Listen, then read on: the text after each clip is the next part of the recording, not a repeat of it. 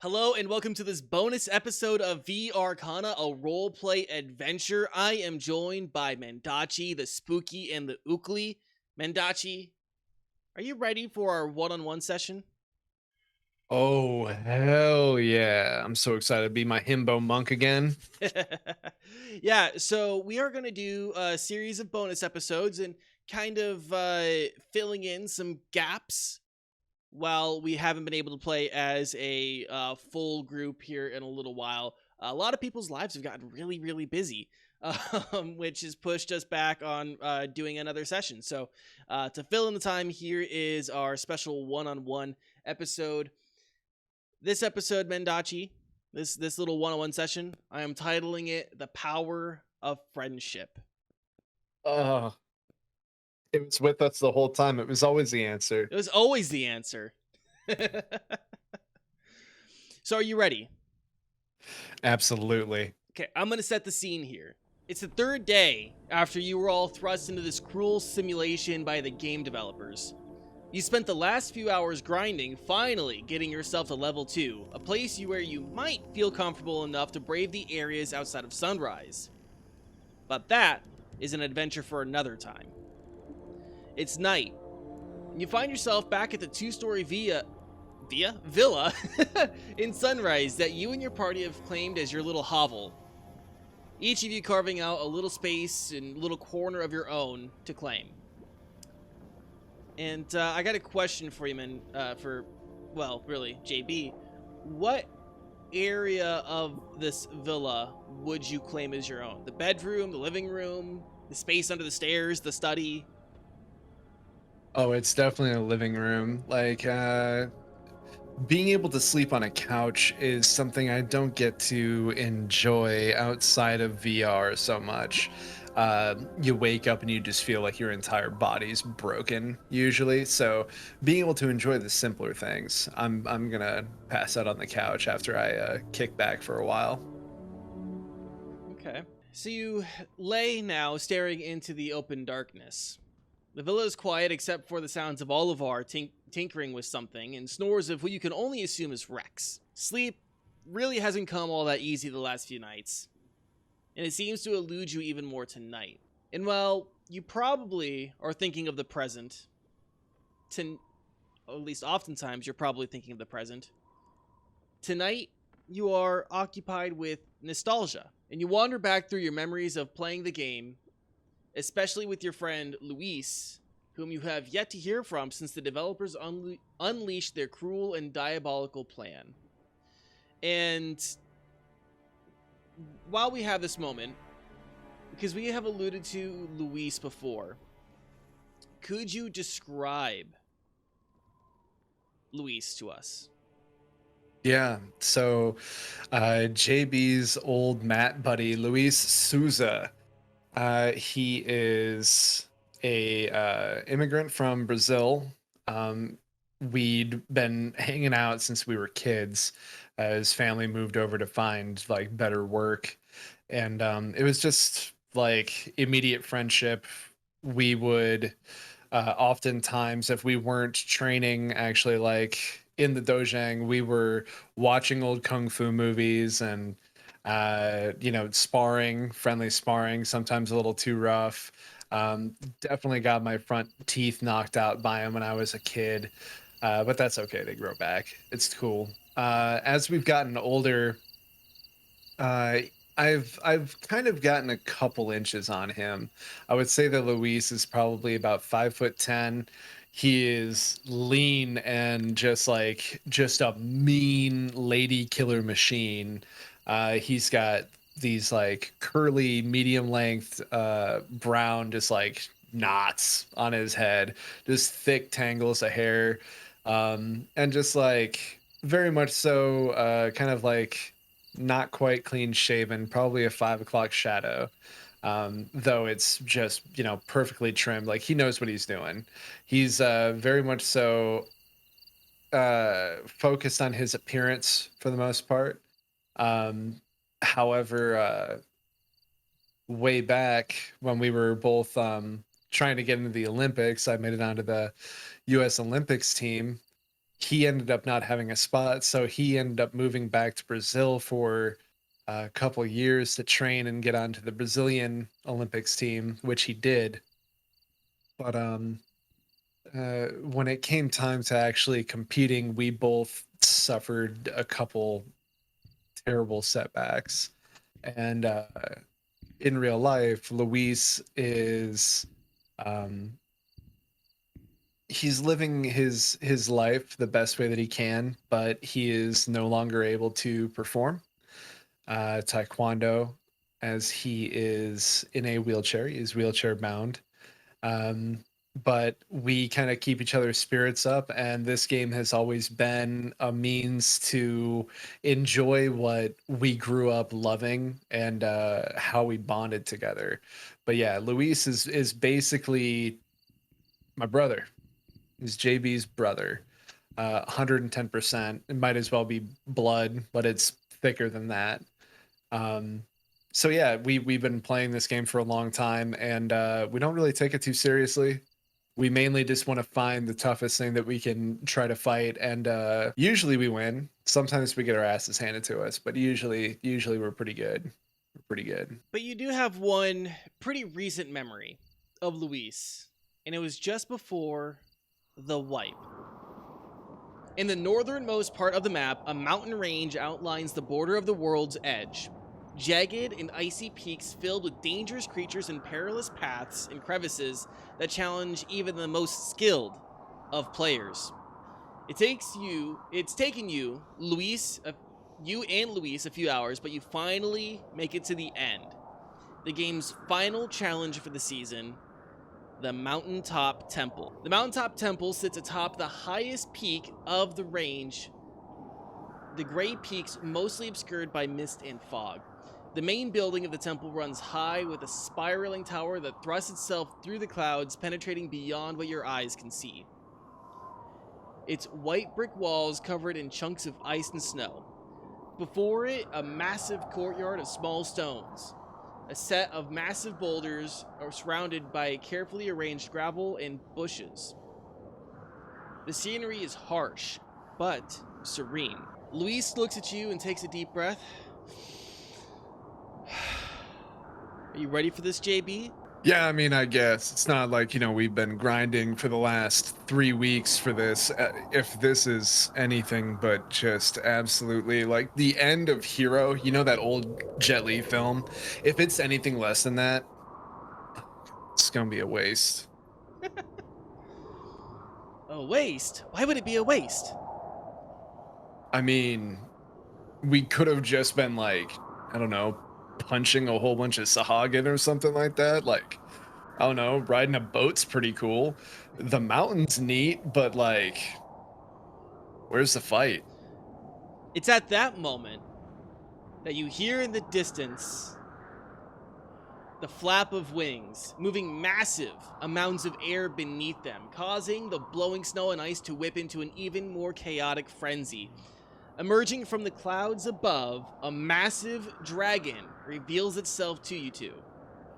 But this is no ordinary dragon.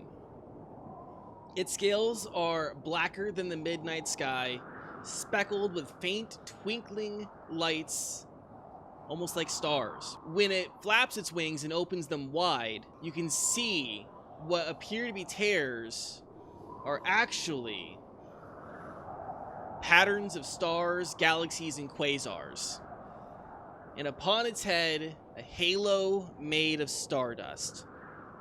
This is the Void Dragon. Oh, good.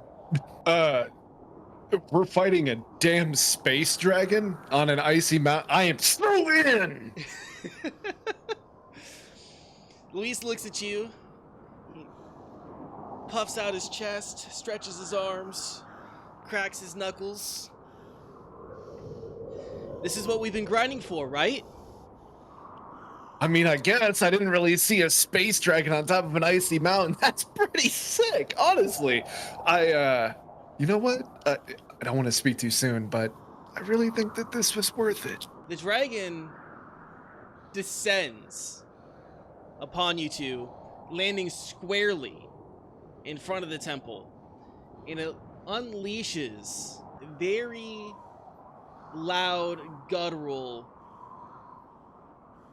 roar that strikes you to your core, but also has this effect that makes you feel small and insignificant. That this creature who flies and resides among the stars is even gracing your presence. That's kind of put my hands on my hips, but like not really sure what to do with them. Thing's really huge, isn't it? And I look and I size both of us up, and then I just kind of do one of these, and I look at the dragon. How many me's do you think it is tall? uh, at least 2. I can definitely jump 2 of me. So I'm gonna bet on us. I think that is a bet well placed. By the way, I'm just going to say this right now. I am terrible with accents and I don't want to offend anyone. So Luis will not be having a Brazilian accent. Yeah, that's probably for the best. Plus, he spent most of his life in America, so yeah, I just know I know my limitations. that's good. And Yeah, we're not accents. voice actors. So, with Luis going first,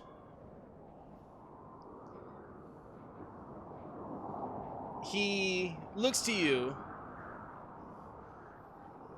and says, "If you're ready, I'm ready."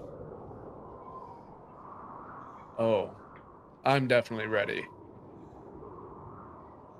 And he draws his sword. Right, he is a monk, but he does have a sword on his hip. And if you follow me on Twitter, this is what the last poll was. You see, as he pulls out this sword, it ripple in flames. It is a flame tongue short sword. Lucky. And he's going to begin to position himself for a strike, but the dragon is pretty far, so he is mostly positioning himself for an opportunity attack. So, because the map is very large, and I apologize for anyone that's watching. Oops. He's going to start making his way. He's actually going to dash over here. Is he going to show you? It's okay. Am I on the right? There we are. He's going to dash over here, making his way for the boulder. Okay. The Void Dragon. Do I need to pull up his sheet? Is going to simply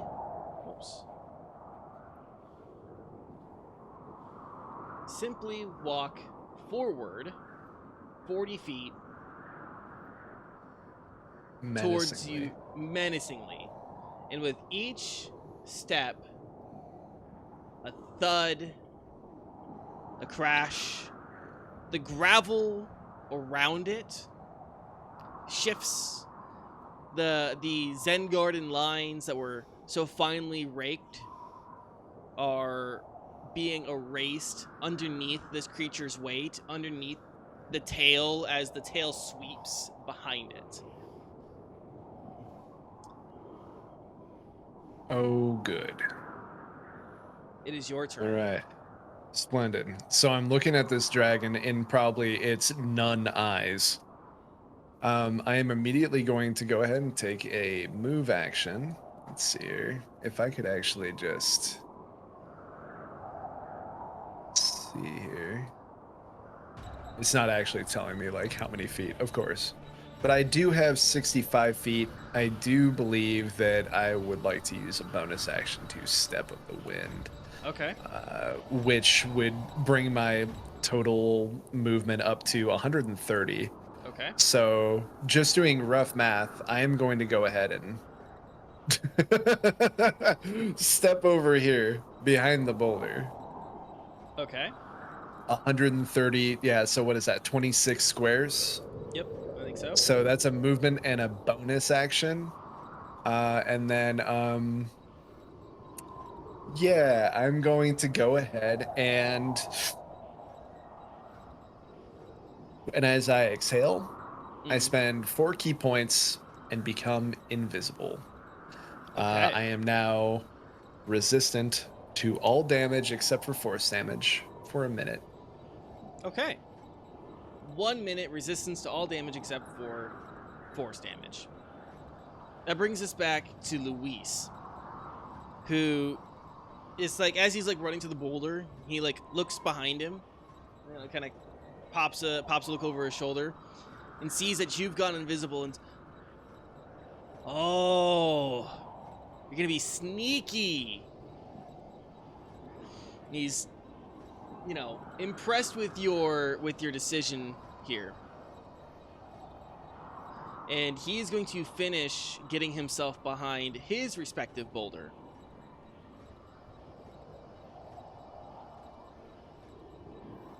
And the Void Dragon's turn. He is going to continue moving forward 40 feet here. And let's see. I think that'll probably do it. I don't want to reveal too much just yet. Okay. Yeah, I don't want to reveal too much yet. But yes, once again, just the menacing size. Menacingly. Yes. This creature knows how big and terrifying it is, and it is using that knowledge to its advantage. Okay. Every step it takes is meant to intimidate and frighten you and make you feel insignificant and small when compared to it. Okay. Splendid. I love that for me. Okay. So I'm going to, like, as I'm behind that rock, I'm just going to kind of like touch my hands together, kind of think for a minute here. And I've got this big Samsara wheel on my back, which is Wheel of Stars. And I need to double check, but I am quite certain that I am allowed to do this. But I'm going to make sure that I can do this. So, as I am invisible, because sometimes you can do things while invisible and other things you cannot. So, okay, cool. Yep, I am going to go ahead and because it's not a bad thing, I think it's just with the item that I can do this. So, I'm going to use my Wheel of Stars, and I'm going to use Fly. So, I am now capable of flight, which will make this a little bit more interesting as we have turned this 2D map into a 3D one. So let's see here. I wish I could actually cast it at a higher level, but it is a magic item, and so I'm just using a charge off of this item. Mm-hmm. And so I can fly now. I am going to use, as I zoom in super hard on this. Let's see here. Oh, lines, where are you? Okay. That's not what I want. Do I want that? I don't want that. DM, What's up? how do you see how far away something is? Like, how It do is I? the Is snap to it? center tool. It is the fourth one or fifth one down. Oh, You are 95 oh. feet. Well, actually, you're 85 feet. Okay, okay, okay. So invisible flight, right about here. That's where I'm gonna go. Okay. Right about here. Okay. Oop. Okay. Splendiferous. All right. So I am floating in the air. I'm gonna put myself at 35 feet in the air to the right of the dragon. Okay. The dragon's right, as he's facing where we were standing. Yep. And let me double check. I'm gonna probably have time to la da da da da da da da bonus action. Patient defense. So I'll spend a key point and I will patient defense. Just Okay. in case this guy can see invisible people. What does patient defense do? So patient defense means that if I were to be attacked, it's essentially I get to take the dodge action as a Gotcha. bonus action on my turn. So basically, get to roll, I believe, a dex. I'm not from 5e. I'm from the Pathfinder, actually. So, okay, when you take the dodge action, you focus entirely on avoiding attacks, okay? So until the start of my next turn, any attack roll made against me is at disadvantage. If I can Okay. see the attacker and I make dexterity saving throws, like if I have to do a dexterity saving throw against, say, a breath weapon, it's at advantage. Okay. Gotcha. So attacks on me, even if I'm already invisible, so he would have disadvantage. But if he could see me, Hmm. because I took the dodge action, he still has disadvantage. Gotcha. Haha, poo on you, giant galaxy dragon. Even though you're neat. Aha! It is now Luis's turn. Let's see. Is quite the distance away. I think he is going to reach with his free hand, reach into his back pouch and pull out a little black marble or bead. And from that, he is going to prepare to throw it. Let me look it up real quick. So this is a bead of force. It is a little black bead that can be thrown up to, well, actually, so first he's gonna move. Now that he's seen, A good idea. yep. So first he's gonna move about 60 feet, and from there he is going to throw his first bead of force. So you can use an action to throw a bead of force, or a bead up to 60 feet. The bead explodes on impact and is destroyed. Each creature within a 10-foot radius where the bead lands must succeed on a DC 15 dexterity saving throw and take 5d4 force damage. A sphere of transparent force then encloses the area for 1 minute. Any creature that failed the save and is completely within the area is trapped inside the sphere. Creatures that succeeded on the save or are partially within the area are pushed away from the center of the sphere until they are no longer inside it. Only breathable air can pass through the sphere's wall. No attack or other effect can. An enclosed creature can use its action to push against the sphere's wall, moving the sphere up to half the creature's walking speed. The sphere can be picked up, and its magic causes it to only weigh 1 pound, regardless of the weight of the creature inside. Damn. So he's gonna throw it. He doesn't need to. Luis doesn't need to roll an attack or anything like that. So we are just going to roll the Void Dragon's Dexterity saving throw, which is 1d20 plus... It's just 1d20. Being Yeah. this large doesn't really lend yourself to being nimble. So he has a 10 in his dexterity? Yep. Oh. Well, we've got a cool dragon in a hamster ball. So he rolled a 6. So he fails his save. And we are going to have him take 5d4. Oops. Oh, I guess he's not in a hamster ball. It's only 10 feet in diameter, and this dragon is much larger than 10 feet. Yeah, he's not really going to be stuck in there. No, he's going to be like, ow. Ow. Ow. He takes 13 damage. Oh, man, good work. So yeah, that's the opening salvo of the battle. All right.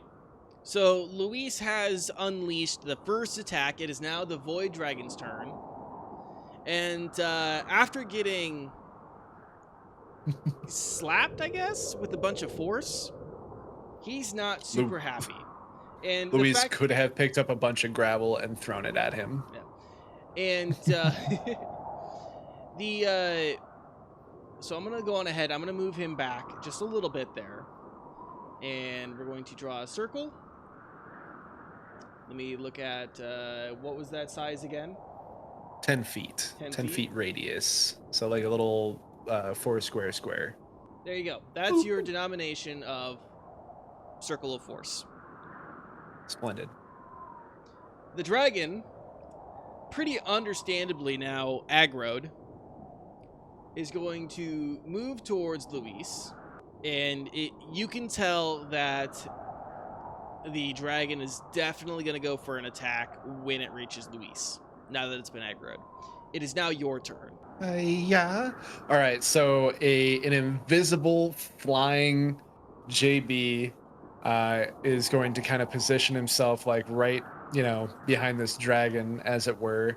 Mm-hmm. And as much as I want to, I'm not going to say the word, but while invisible, you start to see all of this energy kind of collecting in his hands as he brings it down by his hip. And it just gets larger and larger, and you see it pouring out of his arms and going into this ball. And after expending a whopping, oh god, yeah, baby, 6 key points, I am going to break invisibility. Okay. And I am going to use my Fist of Unbroken Air. Okay. So you have a DC 19 strength save. Okay. And when you fail, you're going to take bludgeoning damage, a lot of it. And then you're going to be pushed 20 feet away from me, and I'll knock you prone.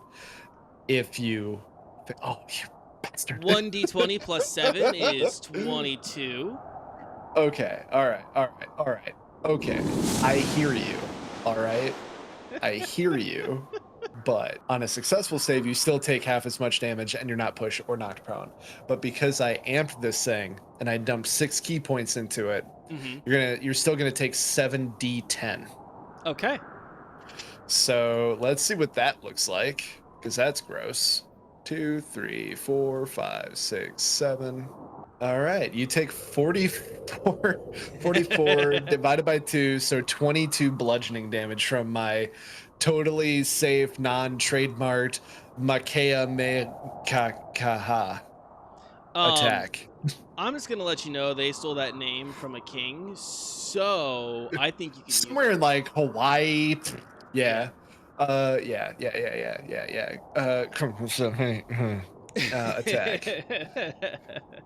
And I will go ahead and gladly mark down 6 more of my key points, of which I still have many to go. So don't worry, there's plenty more tomfoolery where that came from. It's at this moment that the dragon visibly changed his aggro position. And I hope you feel menaced. It's now Luis's turn. Mm-hmm. Who is going to take this opportunity that you have allowed him. He's going to close the distance between him and the dragon. And with his flame-tongued sword, go for an attack. He rolled a 17, which is not a hit. And you see that, he does the fancy sword twirl. You can see, the flames and, sparks kind of, flying off. And as he goes in, swings his sword down on the haunches of the dragon, it doesn't penetrate or do any sort of damage. You can actually see, the numbers of the game kind of, show, zeros and stuff like that off of the swing. That brings us to the dragon's turn, because I think Luis is just going to go for another opportunity attack there when it is his turn. And it's now the dragon's turn. Very visibly aggroed on you now. And he is going to unleash... You get the point. Yes. Also, by the way, I guess I was checking this out. Mm-hmm. Empty body, because it's not actually a spell. Mm-hmm. I'm still invisible. So he knows where I'm at, but attacks against me are still at disadvantage unless he can see me. Okay. No, he, as far as I'm aware, he cannot see you. But he doesn't need to see you to exhale a 60-foot cone. So he's going to use his stellar flare breath. The dragon exhales starfire in a 60-foot cone. Each creature in that area must make a DC 20 Dex saving throw. Right on. Let me check my reactions real quick. All right. Nope. Okay, here we go. Let's see here. Oof, that's an 18. Haha. You're going to take 8 fire damage. That was a shitty roll. And that's hilarious. Ow, ow, ow, ow. And 11 radiant damage. I can deal with that. Lightly singed. So the dragon in its aggro state turns around, positions itself, rears back, and as it inhales, you can see the stars and the quasars and all the galaxies and stuff that are shimmering on its scales. They light up and glow, and then as he exhales, all of them dim, just as this cone of fire and swirling stardust emits from his maw, and you hear just thunder and fire and all sorts of other energies just emanate from him. So we're using cone attacks, eh? All right, guy. All right, buddy. I see you. Luis takes the moment after seeing you get hit and asks, JB, are you all right? Yo. Yeah. Don't even worry about it. And I'm literally probably slightly radiating from literal gamma radiation, but I'm invisible. It's just a glowing halo shaped kind of humanoid space in the sky. It's fine. Really. Luis kind of, yeah, you might not want to get hit by that again, but it has to recharge first. Oh, okay. Yeah, I mean, I feel like we fought dragons by now, but you're the man. Thanks. I feel like I got 20 x-rays at the same time. Yeah, you might have a tumor or two. Cool. So since we are casting cones at each other, and he is nowhere near my friend, I am going to, while I'm again still flying, I'm going to outstretch my hands, and you've got all of that icy snow all over the place. And I'm just going to move my arms in a circular motion as I bring the snow and the ice, all of that frost, and I coalesce it into my hands. My arms begin to freeze over, and there's just a whole bunch of frozen mist kind of coming out of my mouth. And as I exhale, I spread my fingers, and with 6 key points, I use the Breath of Winter, casting Cone of Cold in a 60-foot cone.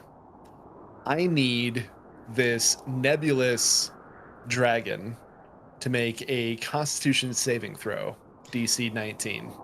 I'm gonna stop you right there. He doesn't have to. Ooh, he's immune. He is immune to cold. Figured as much, but I knew I had to try. Oh, it was so cool. It was like Sub-Zero, and now I'm just zero. You made me use my key points. Okay, So that's fine. All of this energy that you have, you know, amassed, sent, just whips past him. The dragon like gets like a little bit of frost on his wings as he like had shielded himself a little bit from it, because of course he doesn't want to get hit in the face by it, right? But he like shakes it off, and in the sunlight you can see all of the, you know, black scales and everything kind of glitter and shimmer underneath him as he shakes off your pitiful frost attack. Splendid. All right, jackass. I am going to go ahead and I would like to, I guess I'm flying. Would you say that this dragon has any way to tell where I'm going if I'm not making a noise as I'm flying? Would you like me to roll a stealth check? Yeah, roll stealth against his perception. Okay, I do have advantage as I am invisible. Okay. All right, so the first roll is a 16. Okay. And the other one is much lower than that. So 16. Okay. So he has a passive perception of 21. So I'm gonna say he knows where you are at the moment. Yeah, or at least general track you. area. Yep. Splendid. Okay, so that's a move action. So for my bonus action now, I will go ahead and just because I don't actually, you know what? Yeah, I'm not even gonna do that. Nope. I'm gonna hang out. That's what I'm finna do. Okay. I'm gonna wait. I'm a wait for him. That now brings us to Luis's turn, right? Yes. Okay. He is going to attempt to just keep a moderate amount of damage going on here. He's going to go again with his sword.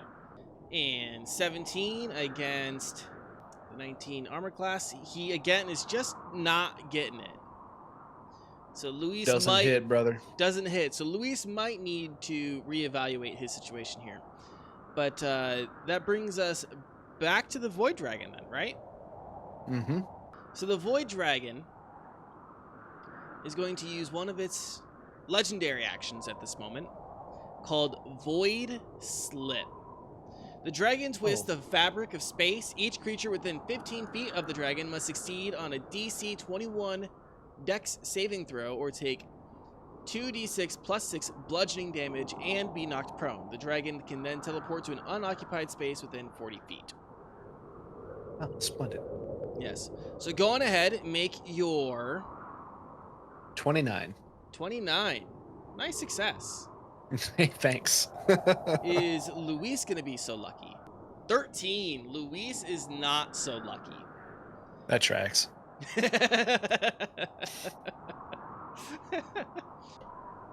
That is 13 damage right on the dot, and Luis is knocked prone. And the Keep dragon, in mind too that he probably has evasion. Oh. So that means he only takes half damage on a fail. Okay, so Luis actually only takes half the damage thanks to evasion, but is still knocked prone. And the dragon teleports 40 feet away. Nothing personnel, kid. Very anime. So that is your situation. I believe it's now your turn. Yes. So, just like looking over at Luis, This is typically like when it doesn't just end immediately. JB gets very, very serious. So he just drops down to the ground. It's like fly. He just ends it, but it's he's still got slow fall, so it's very, very dramatic. Lightly touches the ground, looks over at the dragon, and I am going to take a 5-foot step, and then you just hear the knuckles crack as he takes the quarterstaff in both hands. And I am going to just unleash an absolute barrage of bullshit on this guy. Wait a minute. I don't even have to take that 5 foot, but we'll say I do. Yeah, I'll use that later. Anyway, all right. So quarterstaff time. I'm finna swing. Yeah. So yeah. So first swing, and he can't see me, right? No. Okay, cool. These are at advantage. All right. So 24. Does 24 hit? Yes. Okay, cool. So I plunge the quarterstaff just directly at him in like one bludgeoning attack. And that is, let's see here. It's not that. Don't worry about that. So that first die that I actually rolled, that's 17 bludgeoning damage on the first hit. On the second attack, it's a good thing I have advantage. That is a 31 to hit. And for damage, let's see here, did it actually do it normal that time? Of course it didn't. Okay, so 18 on the second hit. Okay. And that is my first action. Now for my bonus action, I am going to go ahead and spend a key point. Okay. And do 2 more attacks. So both at advantage. So that's another key point down. Because I also have another really, really fun feat. I have a really fun feat, y'all.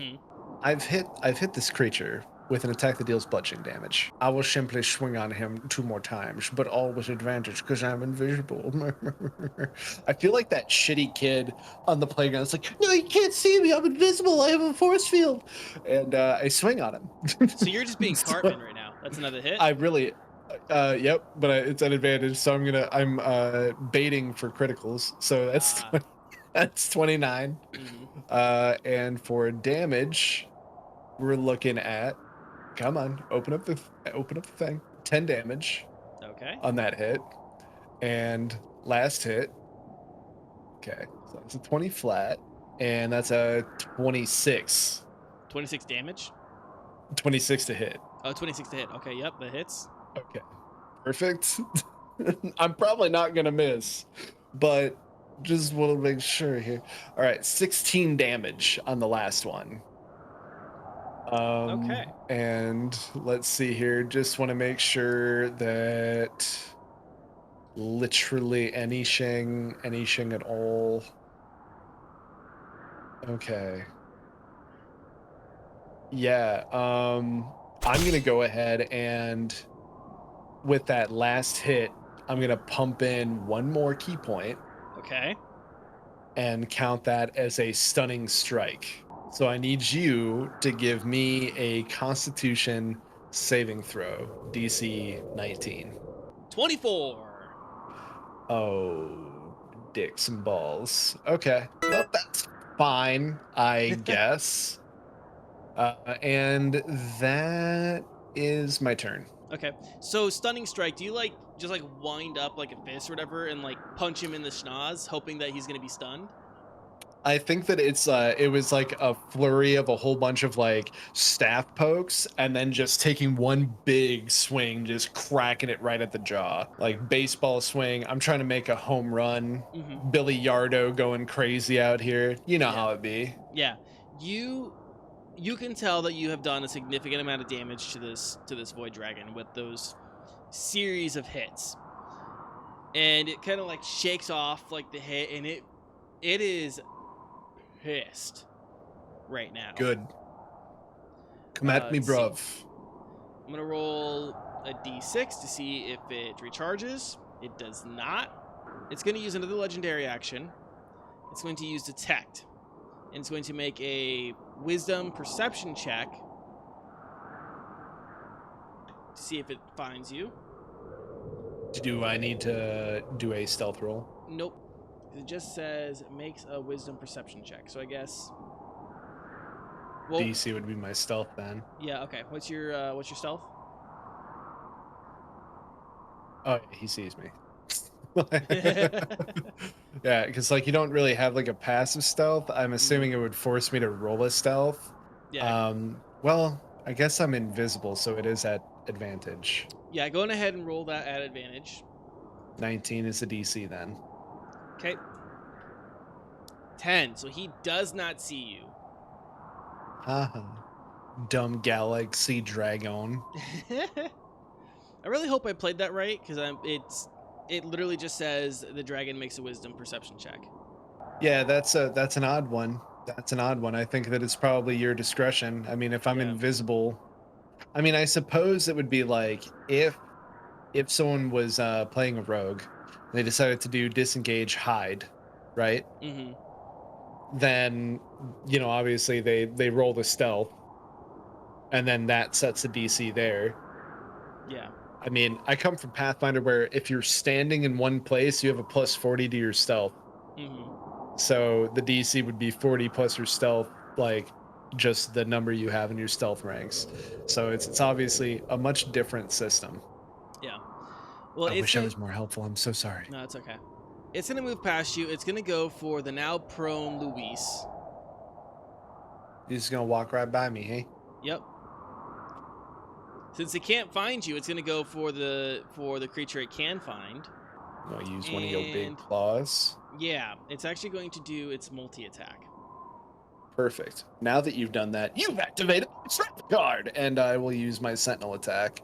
Okay. And do my reaction to make a swing on you with a melee weapon. Okay. So, hiya, with advantage because I am invisible. That is okay. That's a 20. Dirty okay, 20. Cool.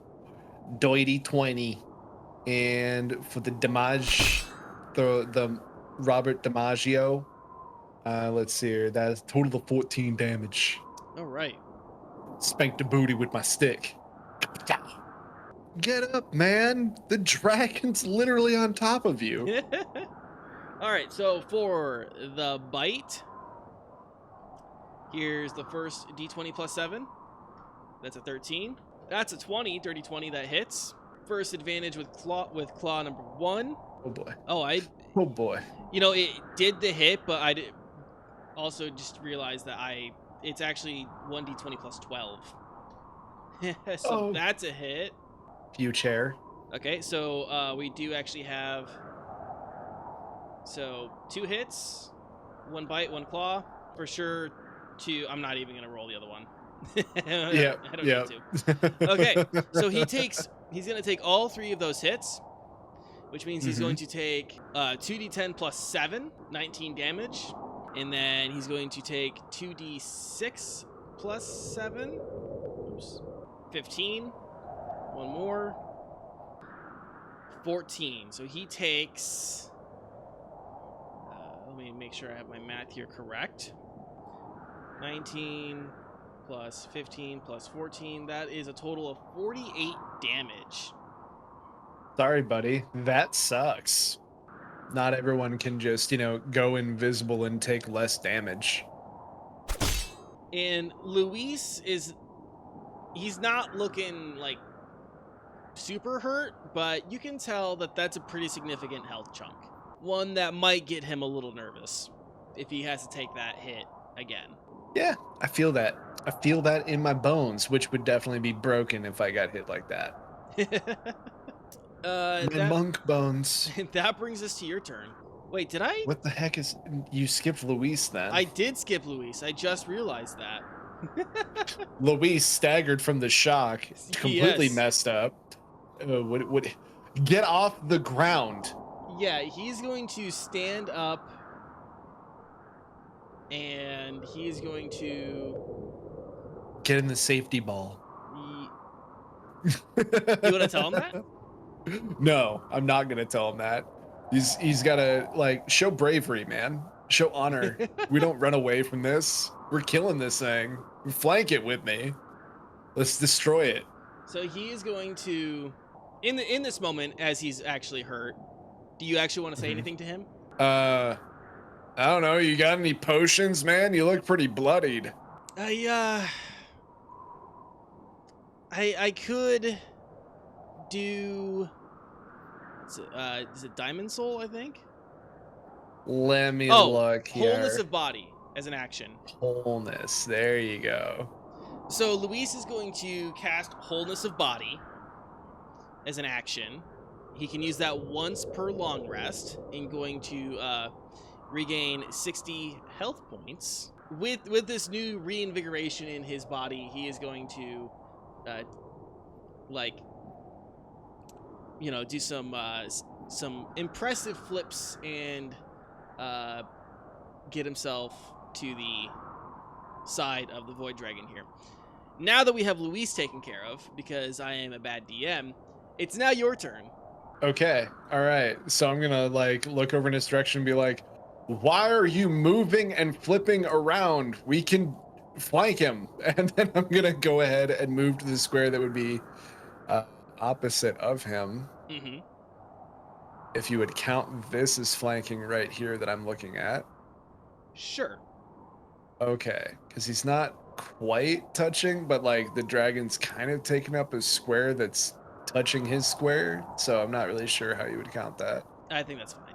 And yeah, I'm gonna go ahead and turn my little Honduin towards him. And not that I didn't have advantage before, but now Luis will as well. And I'm going to put my quarterstaff away. Okay, so in my inventory, I have among my items the Eldritch Claw Tattoo. Okay. What this does is when I attack with unarmed strikes, I get a +1 to my attack rolls and my damage rolls, but only with my hands. And then as a bonus action, I can empower my tattoo for a minute. And for the duration of that, all of my melee attacks with a weapon or unarmed strike now reach up to 15 feet away from me. And they deal an extra 1d6 force damage on hit. I'm going to go ahead and... Yeah, you know what? It's actually... If I can use my weapon, then I'm just going to use that. Okay. Of course. Why would I not? I hope that D&D Beyond is taking into account my hit DC. But anyway, so we're going to go ahead and attack. We're going to do 2 attacks. Okay. At advantage because I'm invisible. So first one is 17. Okay, so 19. 19 probably misses. Okay. 19 is actually a hit. Okay, cool. The next one is a 19. That was a 19, and I think that was a 33. Yep. To hit. Okay, so 2 hits. And then perfect. So that's a D6 and a D10 plus 9, I believe. Oofta. I hate that I got to open up this thing. Okay, so 9 plus 1 plus... Oh my god, why? Why? D&D Beyond, why do you make this so hard? 6 force damage, 10 bludgeoning damage on the first hit. Now that I've got that tattoo activated. And so we're going to swing again. So that's a 30 to hit. That's a hit. Yep. Otherwise, natural 20. Oh! Yeah. Which now that procs my, all sorts of my bullshit, honestly. So first and foremost, let's go ahead and roll the damage. So the damage, all right, so 10 and 9, so 19 plus 9 for 28 plus a d6 of force damage. So 28 bludgeoning, 4 force damage, and Crusher comes off, which la da da da da da da da. Let's get over to my features and traits and look down here at my feet. Did you say you did 28? 28 damage, and I scored a critical hit that dealt bludgeoning damage to a creature, which means that all attack rolls against that creature are made with advantage until the start of my next turn. Okay. Get wrecked, Galactic Dragon. I'm here to shit on you. I'm going to open up your mouth and Kamea in your mouth. Brings us Actually, Luis, because he's at the top, isn't yeah. he? Yeah, he is. Yeah. He's going to go for an unarmed strike. If only you could stack advantage. Homie would be rolling 4 times right now. And then he's going to spend the key points, I believe. Double check though. Let me see if he can do this.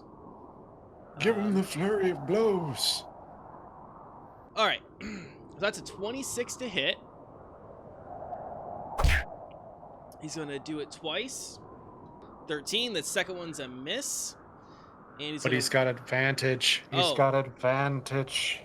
17. Go get him, boy. Roll again. 25. Hey, there you go. So 2 hits. Booyah. It's going to be a D10 plus 5, 7, 9. It's going to bring us to a total of 16 damage. Hell yeah. Knock his block off, boy. And then, now I might need you to verify I can do this. Yes. Quivering Palm. Oh, shit. Okay. When you hit a creature, yeah, because you have the way of the open fist, yes? Yep. When you hit a creature with an unarmed strike, set up vibrations that last 20 days. Use an action to end the vibrations, reducing the target's HP to 0 on a failed DC 14 Constitution saving throw. It takes 10 D10 necrotic damage on a successful save. So he can't. We're not going to make that roll right now. But he'll have to use his action next turn, at the start of his next turn, in order to end it. Okay, so bonus action, spend three key points, and he starts to like ripple the vibrations across this galactic dragon. Yep. Yeah. Okay, so like next turn, Omewa Moshinderu. Pretty much, yeah. Oh, sick. I wanna. All right. As he does this, though, I'm gonna be like, it's not gonna live until, like, it's not gonna make it back to you. I'm gonna kill it. I might be talking out of my ass, but we'll find out. That brings us to the dragon's turn. Best of luck, dragon. Well, first, I'm gonna go on ahead. I'm gonna roll to see if it recharges. Rolling the dice. Perfect. Oh, it failed. That traveled, though. That traveled, yeah. So it did not recharge. It is pissed and very mad. It is actually going to use its Aura of Madness. Splendid. Each creature of the dragon's choice that is within 120 feet of the dragon and aware of it must succeed on a DC 22 Wisdom saving throw or become frightened for 1 minute. A creature repeats the saving throw at the end of each of its turns, ending the effect on itself on a success. If a creature fails the saving throw by 5 or more, it is driven insane. An insane creature is frightened permanently, behaves as if it is affected by confusion, while it is frightened in any way. If a creature's saving throw is successful or the effect ends for it, the creature is immune to the dragon's Aura of Madness for the next 24 hours.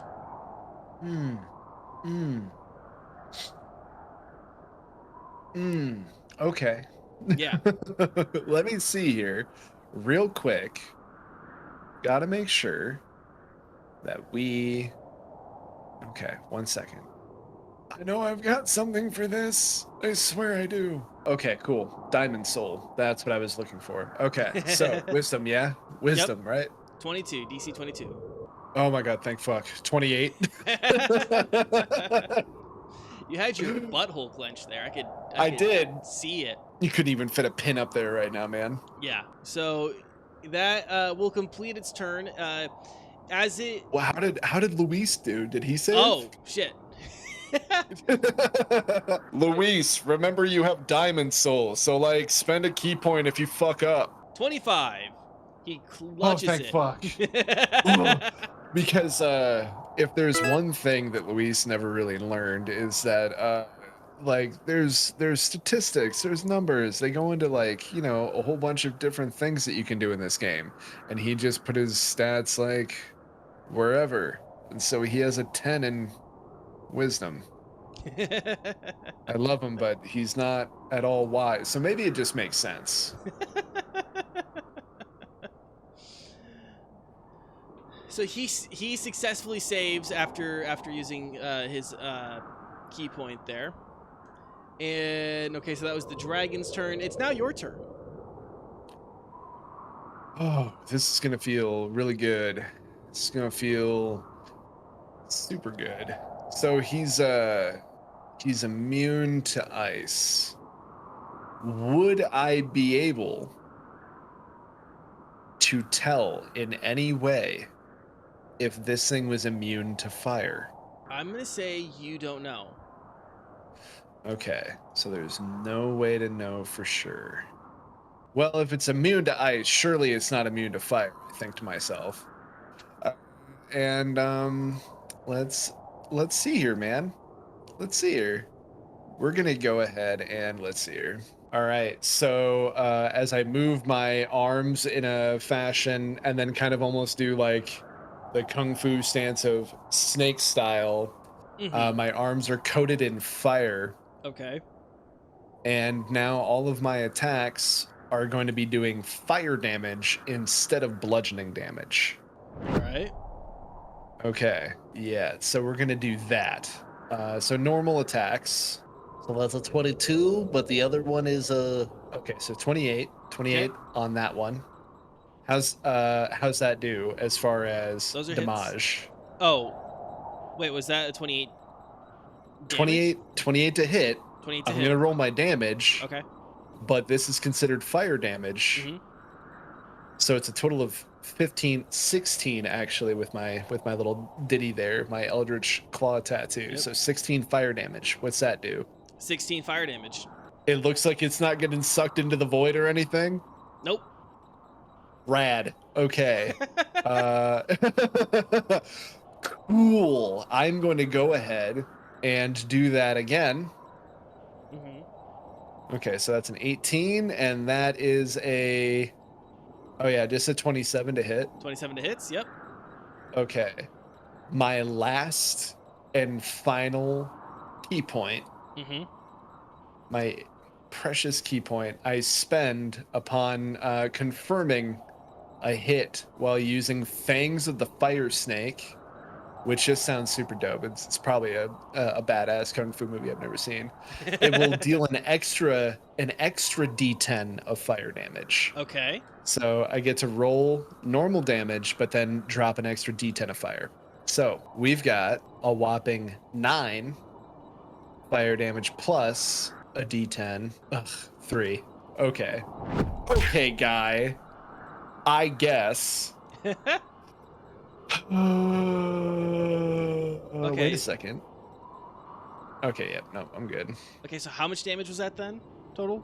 Let's go see. I should have just flurry of blows instead of being like, I'll do another D10 of fire damage. All right, so Am I looking at this see right here. where you did 8 and 15. then 3? It would be so they're all supposed to be one higher except for the 3 because the Eldritch Tattoo is not being figured in. I already looked at the math. So it's 16 fire damage for the first hit. Yep. And then 9 fire damage for the second hit, and then a total of 3 extra fire damage. So 16, 9, and 3 for a total of 28. Okay. Yeah, so you like wind up this fist of fury with like fire down your hands, and you're just wailing at it, and it is taking these hits. Like you can tell it is taking these hits. And it like snarls and hisses and is just generally pissed. Like around it you can see like dust and snow and ice from like the ground beneath it start to like really frenzy up as it starts to be like get like panic. Good. This is what it feels like to be afraid. So it is now Luis's turn. Let's see. So going back to Quivering Palm. When you hit a creature with an Yes. unarmed strike, you set up vibrations that last 20 days. Use an action to end the vibration, reducing the target to 0 HP on a failed DC 14 Constitution save. We're going to... Yeah, oh yeah, because his wisdom is terrible. Forgot about that. Splendid. So Luis is going to, like, you know, kind of take a step back, you know, do the whole exhale, you know, put his arms down by his sides, and the dragon is going to roll a DC 14 Constitution save. I swear to fucking God, if he kills it like this, man. Are you I'm gonna be so upset. I deserve a 7-page Muda, damn it. Okay. Okay, he rolled a natural 14. Rolled a natural 14, total of 10. I'm sorry, total of 21. Yeah. So he does not take that 10 D10 necrotic damage. Let me double check here, make sure that there's nothing that I'm missing. Oh, wait. If it fails, it's reduced. If it succeeds, it takes 10 D10. It takes 10 D10. So he could absolutely still fucking wreck this thing with necrotic damage. He rolled a 64. Oh my God. And with that, as you hear him exhale, the dragon crumbles to the ground and digitizes into space with one final gasp.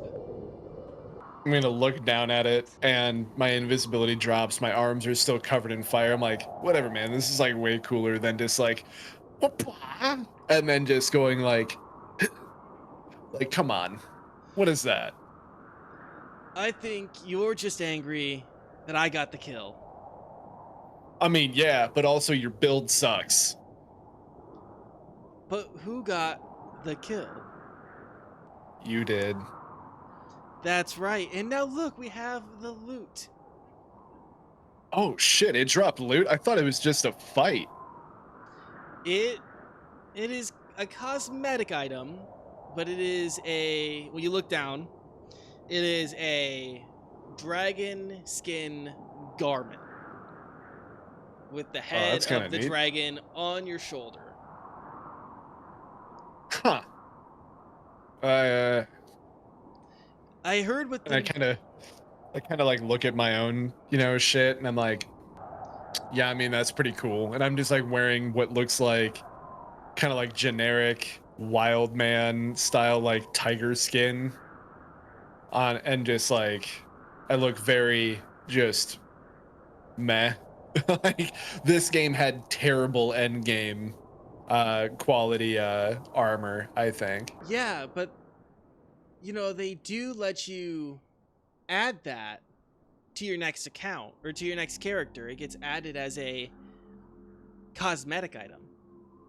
Like it's like a part of your skin. Yeah. Huh. That's new. Yeah, well, I guess you should probably enjoy that. It's not like I got the killing blow or anything like that. So no, JB, you take it. You okay. Feel... he looks at I you. immediately take it and put it on, and I'm like, it's like doing taigukes like in fucking yard, and I'm just like mocking his like quivering palm, you know. Yeah, and then immediately just like flash flying, standing on a rock, and I'm just, you know, like one leg touching the inner of the other leg, just kind of perfect balance. Like I'm the peak of physical prowess. So he kind of just like sits back on the ground. Because, well, that is the final boss of the season. Just in time. I wasn't sure if we were going to beat this thing before the season ended, JB. How much time do we even have left till they reset? Just a few days. Oh. Have you thought about what you think you're going to do for next season? Build wise, that is. Uh, I don't know. I heard Sun Soul's pretty neat. I thought that having like all of the elements was going to be way cooler than it is, but God, it costs so much key to do this stuff. What about you? Um, I don't know. I'm kind of thinking maybe like a dwarf Kinsei monk or drow shadow monk. And I've even heard that the vampire feature is really fun this next season. Man, dwarves are lame. Like thinking about being shorter than anyone else, just being short in general, like having to look up to somebody, like that is seriously mid. Short people suck.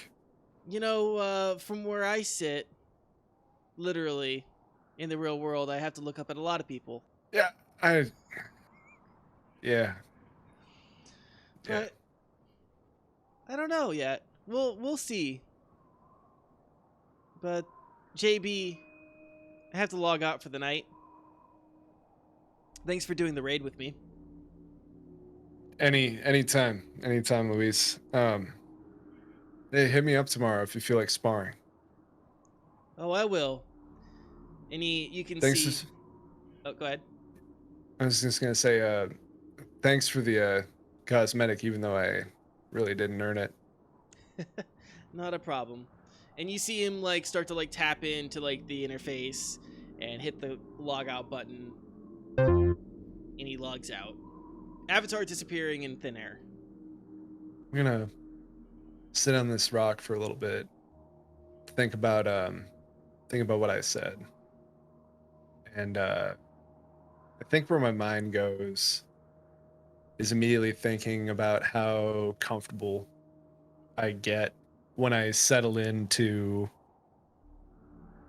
the kind of like overall aesthetic and environment of Cosmos of Conflict, and how easy it is to kind of assume that like this is like the natural, you know what I mean? Like this is normal.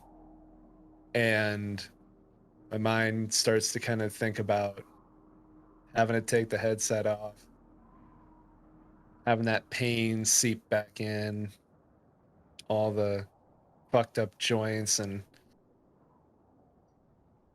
just all the trials and everything like that, and how that's actually the normal life. Like how I've got some shit I got to do.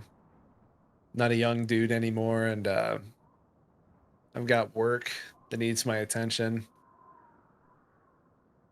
But then I kind of look back at that temple. It was a pretty sick final event. And I look around. There's literally no one else up here. I do wonder where Olivar is, though. I think he probably would have thought this place was pretty neat. Should probably hit him up next time. Yeah. And then I log off. We find ourselves back on the couch in the villa. There's still tinkering happening above you. You're in some odd place of the house. And you can finally feel sleep creeping in. What is JB's last thought before going to bed that night? I think it's honestly um, during tryouts,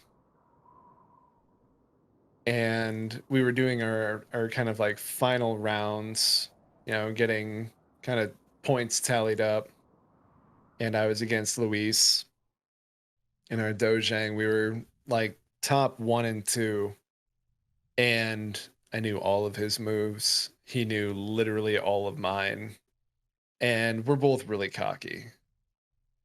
And I remember I go in for a spinning axe kick, and he catches my leg with a high guard and then gets the single point that he needed, straight clean punch to the rib, and I didn't even see it coming. And he actually beat me out, but he's the one who decided to move back to Brazil because he would have knocked me off that U.S. Olympic team. And he knew that he could make it on the Brazilian team. No problem.